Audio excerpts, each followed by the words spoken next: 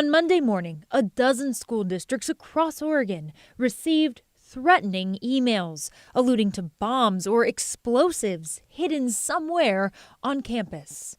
Over in eastern Oregon, those emails arrived in Gillum County around 10 o'clock to the Arlington and Condon school districts. That triggered a chain of events that ultimately landed law enforcement into the scope of things. We evacuated the school, did a full search of the school, evaluated what we were looking at, and ultimately determined that it was a hoax threat. Lieutenant Tori Flory explains their agency is small, consisting of 8 full-time sworn officers, including the sheriff and himself.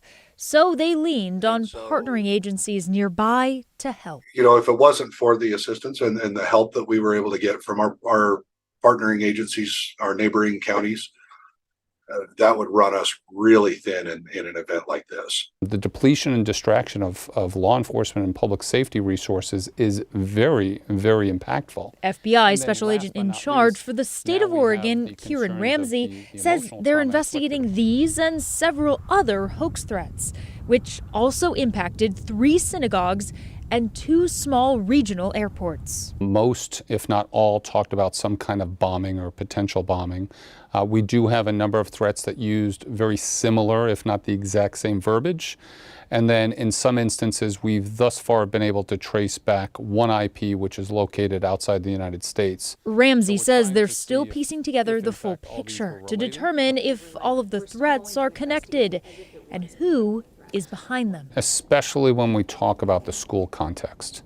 Unfortunately, we have seen tragedy after tragedy across the entire United States, to include here historically in Oregon, where we are not able at all to simply dismiss a threat out of hand as a nuisance in that school setting. We just can't.